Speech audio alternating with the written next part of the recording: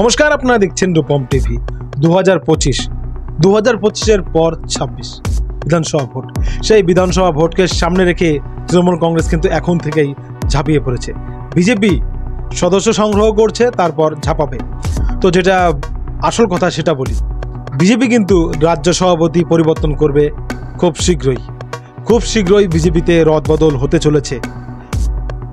সর্বভারতীয় বিজেপির সভাপতি সেখানেও পরিবর্তন হবে, নাড্ডার জায়গায় অন্য কেউ আসছে, বাংলাতেও পরিবর্তন হতে চলেছে। এবার যেটা খবর পাচ্ছিলাম যে হয়তো নতুন কেউ আসতে চলেছে। সকলের মুখোমুখি ছিল শুভেন্দু না হলে দিলীপ দা। শুভেন্দুই ফাইনাল, শুভেন্দুই হচ্ছেন বিজেপির রাজ্য সভাপতি। বিজেপির বর্ষিয়ান নেতা তথাগত রায় পরিষ্কার জানাচ্ছেন সুকান্ত মজুমদারকে সরিয়ে ইতিমধ্যেই শুভেন্দুকে রাজ্য সভাপতি বানানো হোক। তো পারিপার্শ্বিক যা পরিস্থিতি, শুভেন্দুই হচ্ছে বিজেপির সভাপতি, আর শুভেন্দু বিজেপির সভাপতি হলে কিন্তু টাফ ফাইট হয়ে যাবে রাজ্য রাজনীতিতে। সেখানে তৃণমূল কংগ্রেস কিন্তু অনায়াসে জিতবে না, এটা পরিষ্কার। শুভেন্দু কিন্তু যথেষ্ট ফাইট দেবে, এটা আপনারা ধরেই নিতে পারেন। আর শুভেন্দুর রাজনীতিতে বেশ পাকা একটা খেলোয়াড়।